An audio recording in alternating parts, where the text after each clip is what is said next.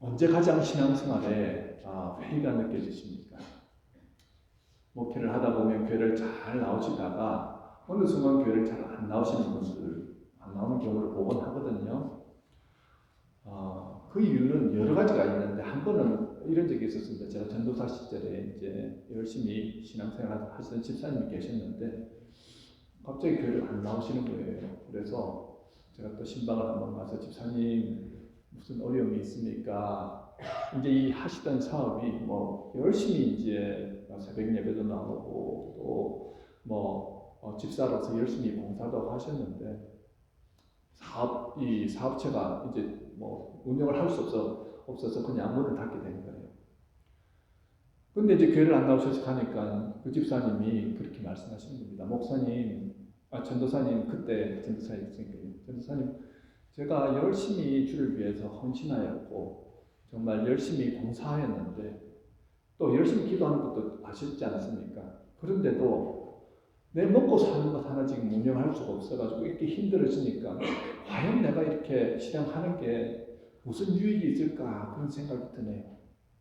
하면서 점점 교회 나가는 것에 의미를 못 두겠습니다. 그런 말을 하시더라고요. 참 안타까우면서도 또 한편으로는 그분의 입장에서는 그런 마음이 들 수도 있겠다 하는 생각이 들었습니다. 왜냐하면 그 당시에 저는 전도사였는데도 하나님께 섭섭하면 교회에서 사역은 했지만 제 마음은 조금 하나님 앞에 삐친 그런 마음이었거든요. 기도하는 대로 그때마다 응답해 주시고 먹고 사는 거 걱정 없이 해주시고 좀 잘되게 해주시고 이러면 좋겠는데 전도사님 그 상태에서 유학생활을 하다 보니까 얼마나 힘이 많이 들었겠습니까? 그러니까 저 또한 이제 그런 어떤 마음 가운데서 사역을 하고 있었거든요. 그런데 교회 믿음이 없으신 성도님들 같은 경우에는 나름의 어떤 하나님께서 이렇게 하시는 것을 아실 것인데 이렇게 힘들게 하시나 하면서 정말 그 섭섭함의 표현을 이런 식으로 하시는 것 같다는 생각이 들었습니다. 이 자리에 계신 분들 중에도 아마 그런 경험들을 하시는 분들이 계실 줄 압니다. 하나님을 향한 신앙이 흔들릴 때 드러나는 현상은요, 하나님 열심히 믿어봤자 소용없네, 그런 마음이 드는 것도 사실이죠. 열심히 살았는데 경제적으로 힘들어지고, 열심히 자녀 뒷바라지 했는데 자녀의 길이 열리지 않고, 열심히 건강관리했는데 건강이 더 나빠지는 경우들, 그렇게 하였을 때 신앙생활에 회의가 들고 교회를 떠나거나, 비록 교회는 나오긴 하지만 하나님께 삐친 채로 시위하면서 나오게 되는 경우가 있죠. 그때 드러나는 현상은 이전처럼 교회 봉사를 열심히 한다든지 헌신을 열심히 하지 않고 되려 하던 일을 모두 내려놓는 그런 경우들도 있습니다. 오늘 본문에 보면 그런 분들의 이야기가 나오는 거예요. 본문 14절 15절 같이 한번 읽도록 하겠습니다. 시작. 이는 너희가 말하기를 하나님을 섬기는 것이 헛되니 만군의 여호와 앞에서 그 명령을 지키며 슬프게 행하는 것이 무엇이 유익하리요? 지금 우리는 교만한 자가 복되다 하며 악을 행하는 자가 번성하며 하나님을 시험하는 자가 화를 면한다 하노라 합니다. 자, 이 말들 중에서 여러분들이 딱 어떤 느낌이 드십니까? 이 말들은 하나님을 찬양하는 말, 하나님께 감사하는 말, 하나님을 칭찬하는 말이라고 그런 느낌이 드십니까? 아니면 온통 하나님을 부정하고 비난하고 비판하는 말이라고 느낌이 드십니까? 후자지요. 왜 이런 말을 할까요? 본문 13절에 말씀하죠. 여호와가 이르노라 너희가 완악한 말로 나를 대적하고도 이르기를 우리가 무슨 말로 주를 대적하였나이까 하는도다. 이들은 자기가 이런 말을 하고 있음에도 자기들이 언제 그런 말 했냐고 지금 얘기를 하는 거예요. 여기서 완악하다는 것의 사전적인 의미는 여러분들이 느낌상으로 아시죠? 성질이 억세게 고집스럽고 모질다는 뜻입니다.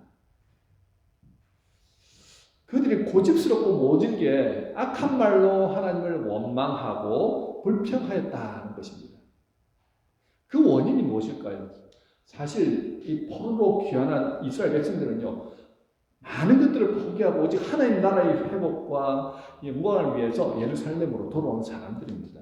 그 당시에 어떤 누구보다도 믿음이 좋았던 사람들이에요. 이미 귀한 자들 대부분은요, 포로기 1세라기보다는 2세들입니다. 쉽게 얘기하면 포로 생활하다가 엄청나게 고난 받았지 않습니까? 이미 그 사람들이 70년을 버티는 동안 거기에서 바벨론에서 고생하다가 다 목숨을 잃었던지 아니면 지금 연세가 많이 들은, 그래서 다시 예루살렘으로 오기에는 힘든데 그 부모님의 믿음을 전수받아서 너희들 하나님 나라 그 영광을 위해서 살아야 돼. 그 믿음을 전수받았던 2세들이 지금 와가지고 예루살렘에서 고생하면서 성전도 다시 건축하고요, 성벽도 다시 세운 사람들, 그리고 하나님의 율법을 누구보다도 중요하게 생각해서 지켰던 사람들이라는 것입니다. 그 당시에 그 사람들은요, 2세입니다. 우리 여기 캐나다에 사는 2세들하고 똑같아요. 언어가 그 페르시아에 쓰는 언어를 사용하였고요. 그리고 얼마나 교육을 열심히 시켰겠습니까? 그러니까 거기에서 먹고 사는 것 별로 어려움이 없는 그런 사람들인데, 오직 하나님 나라의 영광을 위해서 다시 우리는 돌아가서 그렇게 하나님 나라를 회복하자고 온 사람들입니다. 고생하면서 정착하는 것도 힘든 그 상황에서 정착하고 성전, 성벽 다 세우고 했는데 기대했던 것만큼 하나님 나라가 임하지 않는 거예요.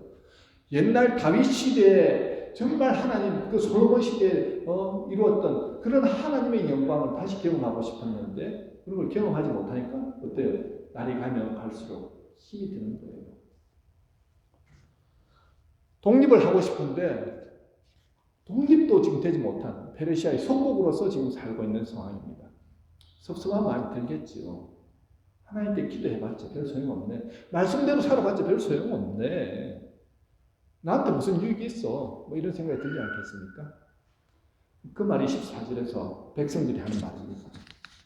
한번 같이 읽어볼까요? 시작. 하나님을 섬기는 것이 헛되니 하나님을 섬기는 것이 헛되니 만군의 여호와 앞에서 그 명령을 지키며 슬프게 행하는 것이 무엇이 유익하리요?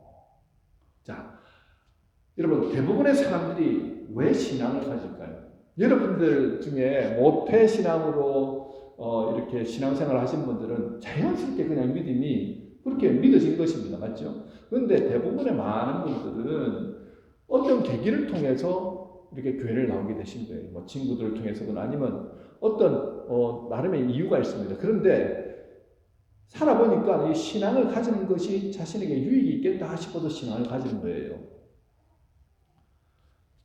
그래서 교회 와서 보니까 기도도 열심히 해라, 봉사도 해라, 말씀 배우면 정말 하나님께서 복의 복을 다 하신다. 그러니까 또 열심히 기도하고 봉사하고 이렇게 신앙생활, 말씀도 배우면서 했는데 정작 교회에서 열심히 신앙생활 해보아도 자기가 원하는 복이나 유익이 오지 않을 때, 자기가 원하는 만큼의 복이 오지 않을 때 오는 섭섭함이 있더라는 거예요. 오늘 본문에 그 이스라엘 백성들이 그랬다는 것입니다. 성전과 성벽 건축 율법 열심히 지켰음에도 불구하고 이방인들보다 사는 모습이 더 못하고 나아지지 않는 것입니다. 그럴 때 드는 생각은 열심히 신앙생활 해봤자 아무 소용없네. 하나님 섬기는 것이 헛되네. 하나님 믿음이 많아. 그런 생각이 들었다는 거죠. 그러면서 15절에 갈 때까지 갑니다. 할 말, 안 할 말이 있는데 그냥 막 하게 되는 거예요. 지금 우리는 교만한 자가 복되다 하며 악을 행하는 자가 번성하며 하나님을 시험한 자가 화를 면한다 하노라 함이라. 자, 여기서 교만한 자들은 어떤 사람일까요? 하나님을 믿지 않고 자신이 하나님처럼 사는 사람을 의미합니다. 사실 오늘날도 마찬가지로 교만한 자들이 얼마나 잘 됩니까? 여러분 그거 느끼죠? 정치하는 대다수, 그 중에는 예수 믿는 사람도 있지만 그냥 교회만 다니는 사람도 있고 교회 안 다니면서 신앙이 전혀 없는 사람도 있습니다. 그런데 그 사람들이 얼마나 잘 됩니까? 사실은 대기업 총수들 중에 교회 안 다니시는 분들이 훨씬 더 많습니다. 신앙생활 안 하는 사람 더 많다는 거예요. 그래도 잘 됩니다. 캐나다나 한국 사회 지도층 중에 하나님 믿는 사람이 많을까요? 아니면 하나님 안 믿는 사람이 많을까요? 하나님 안 믿는 사람이 많은데도 믿는 사람보다 더 성공하고 더 늙은 잘 누리고 잘 사니까 이게 뭐냐 이런 생각이 들겠죠. 여러분 사실 독립운동가들의 자녀들 여러분들 볼 때 어떻게 생각하십니까? 잘 되었을까요? 일제 부역하던 분들이 더 잘 됐을까? 여러분 어떻게 생각하십니까? 독립한 지 80년이 다 됐는데도 독립운동하던 분들은 자기들도 고통받고 가족들 정말 힘든 가운데 먹고 사는 것도 어려워서 그렇게 광복 후에 6.25 전쟁 그리고 이렇게 막 살아오면서 지금까지도 그 후손들이 그렇게 잘된 모습을 보지 못하죠. 다 악인들은 이래저래 피하고 잘 먹고 잘 사는 것 같습니다. 그 당시 이스라엘 백성들도 마찬가지였다는 거예요. 하나님 잘 섬겨보았자 교만한 자들, 악인들, 하나님을 시험하는 자들이 더 번성하고 잘된 것 같으니까 그들은 화가 나는 거예요. 하나님 섬겨봤자 헛되네. 성경만 붙들면 잘 될까요? 기도의 자리만 있으면 성공합니까? 우리 집안은 3대째 예수 믿는 집안인데 목사님 우리 사는 것 좀 보세요. 요 모양 요 꼴이에요. 이런 말씀하시는 분들 중에 혹 계실지 모르겠습니다. 이렇게 하나님에 대한 실망으로 가득 찬 사람들에게 과연 우리는 뭐라 말해줄 수 있을까요? 그런데 오늘 16절에서 여호와를 경외한 자들이 이런 대답을 합니다. 우리 16절 같이 한번 읽을까요? 시작! 그때 여호와를 경외한 자들이 피차에 말하매 여호와께서 그것을 분명히 들으시고 여호와를 경외하는 자와 그 이름을 존중히 여기는 자를 위하여 여호와 앞에 있는 기념책에 기록하셨느니라. 이런 대답을 누가 할 수 있습니까? 하나님을 진실로 경외하는 자들이 이런 대답을 할 수 있습니다. 비록 소수였지만 하나님을 경외한 자들은요, 하나님의 공의가 드러나지 않는 그 불신앙적 풍조 가운데서도 죄악의 유혹에 넘어가지 않고 하나님을 두려워함으로 공경하는 자들이었습니다. 끝까지 하나님을 신뢰하는 사람들이었다는 거예요. 여러분 설명이 좀 어렵습니까? 경외한다는 뜻 어렵지요. 경외한다는 뜻 안에는요, 두려워한다는 의미가 내포되어 있는데 그렇다고 해서 하나님을 벌벌 두려워하면서 떠는 것을 의미하는 게 아닙니다. 쉽게 한마디로 설명하면요, 하나님이 그 어미하시고 위대하시고 우리가 도무지 바라볼 수 없는 그 하나님, 그 하나님을 눈 앞에서 하나님이 지금 계신 것, 여러분 보일 때 어떻게 행동하시겠습니까? 당연히 온 마음과 온 뜻을 다해서 하나님께 영광 올려드리지 않겠습니까? 그런데 그 마음으로 항상 살아가는 사람들, 그 사람들 하나님 경외하는 사람들이라는 거예요. 우리가 한마디로 코람데오라고 하죠. 항상 하나님 앞에서 생각하고 말하고 행동하는 것을 의미합니다. 영의 눈이 뜨였다는 것은요, 바로 하나님이 지금 이곳에 나와 함께 하시고 나는 하나님 앞에 서 있다는 마음으로 서 나가는 것을 의미합니다. 그런데 이게 영의 눈이 감겨 있으면은 오늘 본문에 나온 말라기 시대의 이스라엘 백성들과 같은 현상이 드러난다는 거예요. 하나님 눈에 보이지 않는 거예요. 느껴지지 않는 거예요. 들리지 않습니다. 그러니까 그런 말들을 하는 거라는 거죠. 여러분, 하나님을 경외하는 자들의 특징이 무엇인지 아십니까? 하나님과 거래하지 않습니다. 예를 들면 이런 거예요. 내가 이만큼 열심히 헌금했으니까 하나님 내게 복 주셔야죠. 내가 이만큼 주를 위해서 교회를 위해서 헌신했으니까 잘 되게 해주셔야죠. 내가 매일 새벽기도 나오면서 기도했으니까 기도하는 거 들어주셔야죠. 여러분 이거 하나님과 딜하는 거예요. 협상하는 거, 거래하는 거죠. 내가 이런 거 저런 거 했으니까 하나님도 이만큼 해주셔야 되는 거 아닙니까? 이 세상 사람들이 물건을 사고 팔 때 이런 거래를 하지 않습니까? 그러면서 협상을 하지요. 협상안을 내놓고 그래서 딜을 하면 큰 사업이 이제 이렇게 되는 거 아닙니까? 하나님 앞에도 내가 이만큼 했으니까 하나님도 이만큼 해주십시오 하는 거예요. 여러분 하나님은 우리 거래의 대상이 아닙니다. 내가 이만큼 해주면 하나님은 좋아가지고 그래 네가 그만큼 해줬구나 감사하다. 나도 이만큼 해줄게. 그게 하나님 앞에 할 행동이나 태도가 아니라는 것입니다. 하나님은 오로지 영광 받으실 분이에요. 하나님이 이 땅 천지 만물을 창조하신 하나님.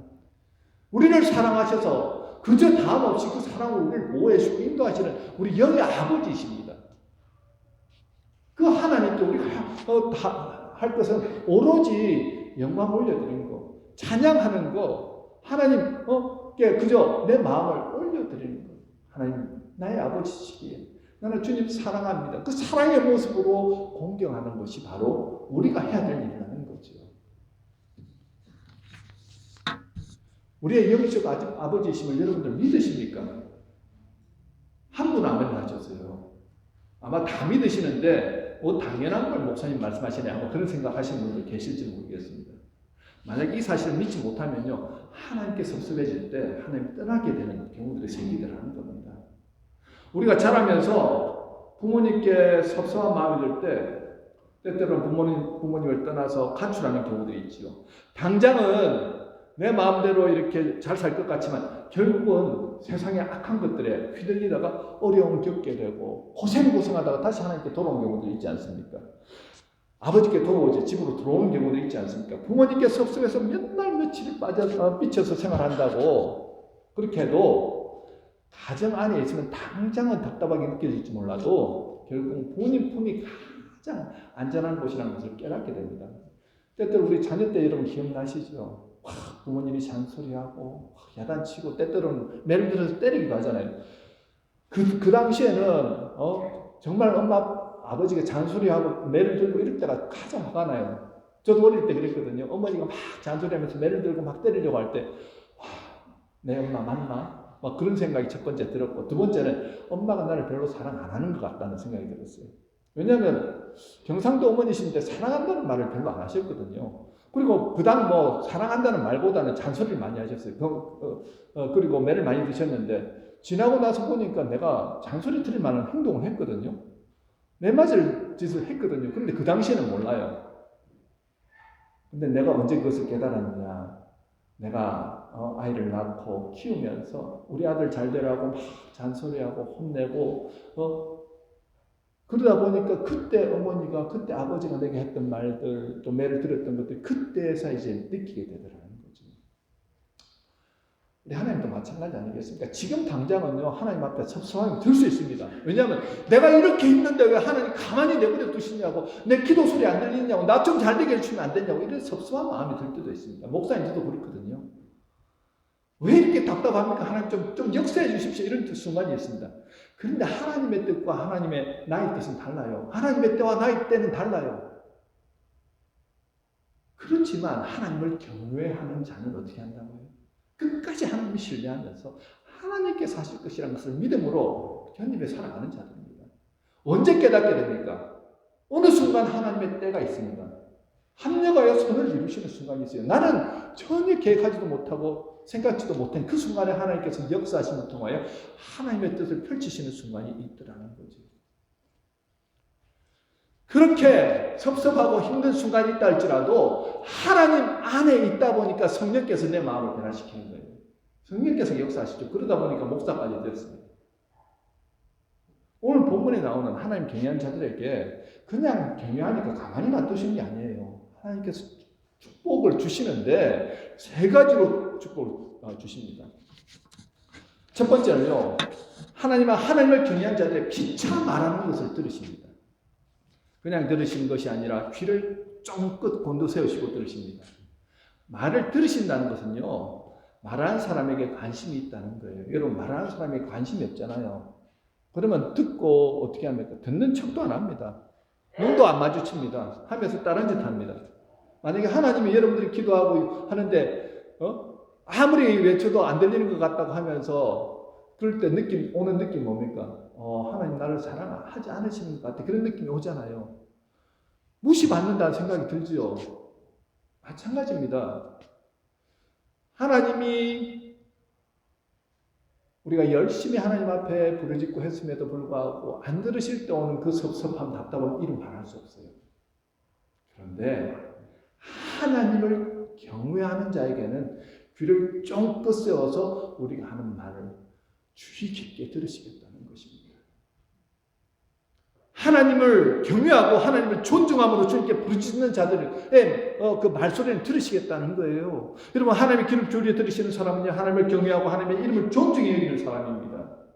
끝까지 하나님을 신뢰한 사람, 끝까지 하나님을 사랑하는 사람, 그 사람의 말을 들으시겠다는 거예요. 여러분들이 기도할 때마다 그 기도가 하나님께 상달됩니다. 하지만 그 기도가 언제 응답이 된다고요? 하나님의 때에, 하나님의 방법으로 된다는 거예요. 그럴 때 하나님을 경외하는 사람은 끝까지 하나님을 신뢰함으로 참습니다. 하나님의 때까지. 내 때가 아니라 하나님의 때까지. 예전에 제가 토론토에서 내적 치유 사역을 하시는 분을 만나서 여러 가지 훈련을 받은 경험이 있는데요. 내가 기도한 대로 이루어지지 않을 때, 여러분 이거 중요한 내용인데 한번 잘 들어보세요. 한번 그렇게 실천해 보세요. 굉장히 큰 도움이 됩니다. 내가 기도한 대로 이루어지지 않을 때, 비록 마음은 무너져 내리고 기도도 잘 안 되지만 억지로 이것이 하나님의 뜻이면 저도 괜찮을게요. 이렇게 해보라는 거예요. 한번 따라해 보십시다. 이것이 하나님의 뜻이면 저도 괜찮을게요.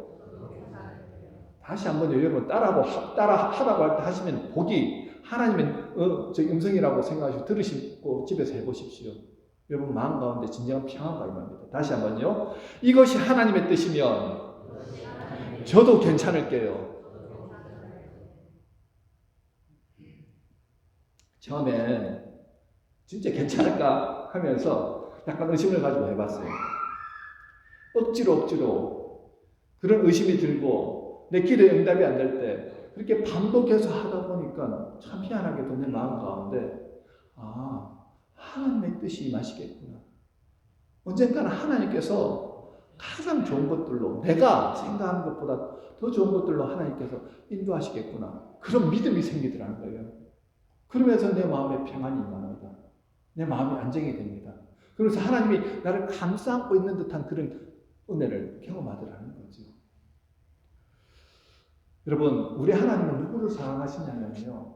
하나님을 사랑하는 자, 하나님을 경외하는 자, 하나님을 신뢰하는 자 사랑하십니다. 그러면서 우리를 관심 있게 바라보고 계신다는 거예요. 두 번째 하나님을 경외하는 자에게 주시는 축복은요. 그들의 이름을 기념책에 기록하시겠다는 것입니다. 여기서 말씀하는 기념책은요. 요한계시록에 말씀하는 그 생명책을 의미합니다. 요한계시록 3장 5절에 이기는 자는 이와 같이 흰옷을 입을 것이요 내가 그 이름을 생명책에서 결코 지우지 아니하고 그 이름을 내 아버지 앞과 그의 천사들 앞에서 시인하리라. 하나님은 하나님을 경외하는 자들의 말을 들으실 뿐 아니라 그 말을 기억하여서 상 주시기 위해 자신의 생명책에 기록하여 주시겠다는 거예요. 그러니까 여러분들이 말할 때 부정적인 말, 비난하는 말, 비판하는 말 이런 거 하지 마세요. 하나님 앞에 다 기록이 됩니다. 여러분들 할 말은요. 오직 하나님 찬양하고 여러분들 정말 긍정적인 말, 기쁨의 말, 감사의 말 그 말만 골라서 하십시오. 생명책에 기록되어서 우리가 어느 순간 하나님 나라에 갔을 때 그것이 어떻게 해요? 보상으로 상급으로 우리에게 주어진다는 거예요.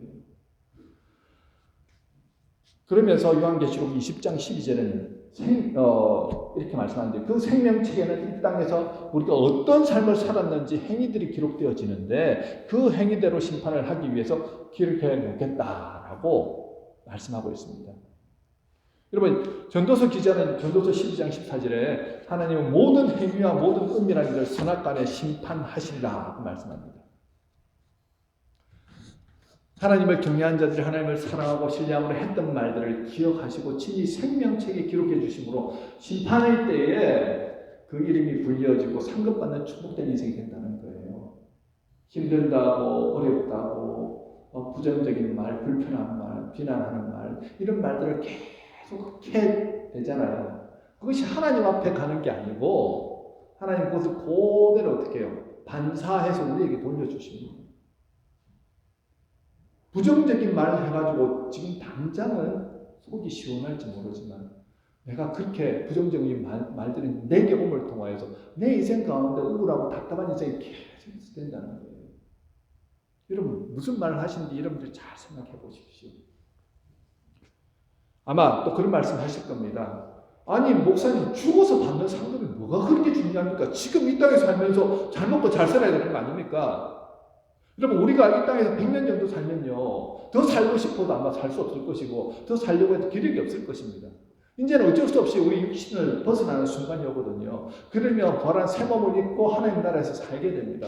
영원한 삶을 살아간다는 거예요. 하나님 앞에서 그래서 우리가 이 땅에서 했던 모든 행실이나 말이나 어떤 삶의 모습을 통해서 평가가 그때 내려진다는 것이죠. 이 땅에 살면서는 주님이 나와 함께 하신다는 믿음으로 살아간 그 사람은 이 땅에서 천국을 경험하고 이 땅에서의 삶이 끝나고 난 다음에도 하나님의 영원한 나라에서 천국을 경험한다는 거죠. 만약에 이 믿음 없이 그저 나는 이 땅에서는 잘 먹고 잘 살기만 합니다라는 그 믿음으로 살아가신다고 한다면 여러분 정말 예수를 믿음으로 구원받았다라고 할 수 있는지 생각해 보셔야 된다는 거예요. 예수를 믿고 나면요 반드시 천국에 대한 소망이 생깁니다. 반드시 하나님 앞에서 하나님 만날 날을 기약하며 살게 된다는 거예요. 그렇기 때문에 이 땅에서의 삶을 그저 허투루 살 수 없다는 것입니다. 하나님을 경외한 자의 모습으로 살아갈 수밖에 없다는 거죠. 지금 말라기 선지자는 여러분들이 구원받는 것보다 더 큰 은혜가 어디 있느냐? 영원한 죽음에서 생명으로 옮겨지는데 무엇을 더 바라느냐라고 지금 말씀을 통해서 알려주고 있죠. 여러분 하박국 선지자가 하박국서에서 뭐라고 말합니까? 무화과나무니 비마르고 포도 열매가 없으며 감람나무 열매 그치고 논밭에 식물이 없어도 우리의 양이 없으며 외양간에 송아지 없어도 난 여호와로 즐거워하리. 난 여호와로 즐거워하지. 구원의 하나님으로 인해 나는 기뻐하리라. 여러분 이 말이 참 어떻게 이런 고백을 하죠? 전쟁으로 인해서 모든 것을 다 잃어버리고 폐허가 된 상황 가운데서도 하나님 한 분만으로 나는 기뻐하겠다 이 말이 이해가 되십니까? 그런데도 그는 그렇게 고백하고 있는 거예요. 왜 그렇게 고백할 수 있죠? 하나님을 경외하는 삶을 살아가다 보니까 영의 눈이 뜨이는 거예요. 하나님께서 나와 함께 하시는 구원의 하나님을 믿고 살아가니까 나는 이 땅에서 살아도 감사, 설사 이 땅의 환경이 어려워도 감사, 그리고 내 몸이 다해서 결국은 목숨을 다할지라도 나는 영원한 천국에서 살아가기에 감사라는 것입니다. 이 고백이 진정 하나님을 신뢰하고 경외하는 자들의 모습이라는 거죠. 세 번째는요, 하나님께서 자신의 특별한 소유로 삼으시고 아들처럼 아껴주시겠다라고 말씀합니다. 17절 함께 읽으실까요? 17절 시작. 만군의 여호와가 이르노라. 나는 내가 정한 날에 그들을 나의 특별한 소유로 삼을 것이요 또 사람이 자기를 섬기는 아들을 아낌없이 내가 그들을 아끼리니. 여러분 하나님은요 하나님을 경외한 자들을 특별한 소유로 삼으시고 아들을 아낌같이 그들을 아껴주시겠다라고 말씀합니다. 자, 인간은 하나님의 형상으로 지금 받았습니다. 그런데 죄가 들어오면서 하나님의 형상이 깨어졌습니다. 하지만 예수 믿음으로 구원받은 사람들에게 그 하나님의 형상이 회복되었다는 거예요. 예수의 피로 우리는 이제는 하나님의 피가 우리 안에서 흘러가는 것입니다. 그러면서 하나님의 아들과 하나님의 딸이 된 거예요. 중요한 것은 하나님의 아들과 딸이 된 사람들은 보이지 않는 하나님이 느껴지는 거예요. 하나님이 나와 함께 하심을 느끼면서 살아갑니다. 그리고 하나님이 나를 보호하시고 인도하시고 어떻게 해요? 지켜주시는 것을 느끼며 살아간다는 거예요.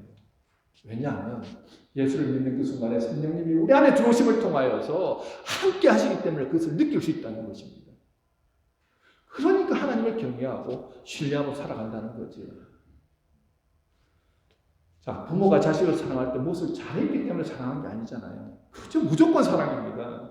예수 믿음을 구원받은 우리가 하나님의 아들이신 예수님 자신의 생명을 내어주심을 통해서 우리를 구원해 주셨다는 거예요. 그냥 내리 사랑, 무조건적인 사랑입니다. 자, 이 무조건적인 사랑의 수혜자가 누가 된다고요? 하나님을 경외하는 자, 저와 여러분이 된다는 것입니다. 다윗이 죽을 위기에 놓였을 때 다윗이 잘한 것은 끝까지 하나님을 경외한 삶을 사는 사람 아닙니까? 정말 죽을 위기에 놓였을 때 그가 고백하는 거. 하나님 내가 정말 죽을 것 같습니다. 너무 힘듭니다. 하면서 하나님 앞에 기도하고 도움을 구했을 때 그의 마지막 항상 고백은 이것이었습니다. 하나님은 나의 반석이요 요새요 피할 바위시요 방패가 되어주시고 산성이 되어주셨습니다. 라고 하나님을 찬양하더라는 거죠. 이게 시편 18편에 나오는 내용입니다. 내가 어디에 있든지 무엇을 하든지 나와 항상 함께 하시면 나를 도와주시고 보호해 주시겠다는 것이 오늘 본문의 말씀 가운데 누구에게 주시는 말씀이라고요? 하나님을 경외하는 자들에게 주시는 말씀입니다. 여러분 이 험한 세상을 살아가는데 홀로 살아가는 것이 얼마나 힘듭니까? 그런데 하나님이 이 험한 세상 살아갈 동안 하나님을 경외하는 자들을 특별한 소유로 삼아주셔서 아들처럼 여기며 아낌없이 사랑해 주시겠다는 것입니다. 어떤 사람이요? 철저히 하나님 사랑하고 하나님을 경외하고 신뢰하면서 믿음으로서 나간 사람입니다. 아브라함을 갈대아 우르에서 불러내셔서 특별한 소유로 삼아주셨습니다. 야곱을 이스라엘로 부르심으로 특별한 소유로 삼아주셨다는 거예요. 요셉을 노예로 가게 만들었지만 감옥에 가서도 그를 어떻게 특별한 소유로 삼으셔서 하나님의 놀라운 일을 이루게 하시더라는 것입니다. 마찬가지로 저와 여러분이 어떤 상황 가운데 있더라도 우리를 특별한 소유로 삼으셨습니다. 이것이 하나님 우리를 구원하신 목적이지요. 하나님은 하나님을 경외한 자들을 내가 소중하게 여기는 아들처럼 아껴 주시겠다 말씀하십니다. 여러분, 이것이 복 중에 최고의 복입니다. 결국 18절에서 말라기 선지자는 이렇게 결론을 내립니다. 그때 너희가 돌아와서 의인과 악인을 분별하고 하나님을 섬기는 자와 섬기지 아니하는 자를 분별하리라. 이 땅에서 하나님을 대적하는 자들이 형통하고 하나님을 경외한 자들이 고통당한다 해도 마지막 날에는 어떻게 된다고요? 하나님께서 악인과 의인을 분별하실 것이다 라고 말씀합니다. 하나님을 경외하고 진정으로 섬기는 자와 그렇지 않은 자를 분별해내시겠다는 거예요. 하나님께서 선악간에 우리가 한 행위를 따라서 심판하시는 그날에 하나님을 경외한 자들과 하나님을 두려워하지 않고 불경건한 일을 저지르면서 악한 일을 했던 자들을 분별해내시겠다는 것입니다. 마태복음 25장 32절 33절에서 이렇게 말씀합니다. 모든 민족을 그 앞에 모으고 각각 구분하기를 목자가 양과 염소를 구분한 것 같이 하여 양은 그 오른편에 염소는 왼편에 두리라. 여러분, 마지막 날에 예수님이 재림하실 때 하나님을 경외하는 자와 경외하지 않는 자가 이렇게 구분될 것이라고 말씀합니다. 의인과 악인으로 구분되는데 중요한 것은 우리 기준으로서가 아니라 하나님 기준으로서 구분된다는 거예요. 여러분, 그러면 그 기준이 무엇일까요? 결국 의인과 악인을 구분하는 기준은요, 하나님과의 관계로 구분되어진다는 겁니다. 인간관계에서 악인은 누가 악인입니까? 우리에게 잘못한 사람 악인이에요. 다른 사람과 관계가 좋은데 나에게 잘못하고 나에게 해를 준 사람은 악인입니다. 맞죠? 우리에게 잘해주면요, 그 사람이 다른 사람에게 잘못했더라도 그 사람은 나에게는 의인이에요. 근데 하나님 기준은 다르다는 것입니다. 끝까지 하나님을 마음과 뜻과 정성을 다해 사랑했느냐, 경외했느냐, 그것으로 의인과 악인이 나뉘어진다는 거예요. 여러분들의 삶을 한번 돌아보십시오. 정말 하나님을 경외하는 삶을 살고 있습니까? 정말 하나님을 신뢰하고 사랑함으로 살아가고 계십니까? 그렇다면 여러분들은 의인으로서의 삶을 산다는 것입니다. 히브리서 9장 27절에 한 번 죽는 것은 사람에게 정해진 것이요 그 후에는 심판이 있으리니 라고 말씀합니다. 여러분, 예수를 믿음으로 구원받은 분들은요, 이 말씀이 이루어질 것을 믿고 영원한 천국을 소망하면서 살아갑니다. 이 땅에서 사는 그 기간이 내 믿음이 어떻게 해요? 정말 하나님을 경외하면서 하나님을 사랑하면서 믿음으로서 나아가다가 예수 닮은 인격과 성품으로 변화되어서 그렇게 준비된 마음으로 어떻게 해요? 하나님 나라에 들어가게 된다는 것입니다. 하나님 오늘 말씀을 통해서 사지도 덥지도 않는 신앙생활하는 분들에게 이제 정말 나를 경외하며 살 수 없겠느냐라고 말씀하십니다. 말씀 맺겠습니다. 하나님을 경외하는 자는 하나님을 마음 중심에서 믿고 섬기는 자입니다. 하나님을 경외하는 자는요, 하나님 앞에서 자신을 낮추는 겸손한 자입니다. 그래서 어떤 형태의 상과 결과에도 흔들리지 않고 믿음을 지키며 살아갑니다. 그런 자들에게 주신 하나님의 축복은 그런 자들의 말을 하나님께서 들으신다는 거예요. 귀를 곤두세우고 경청하십니다. 그런 자들을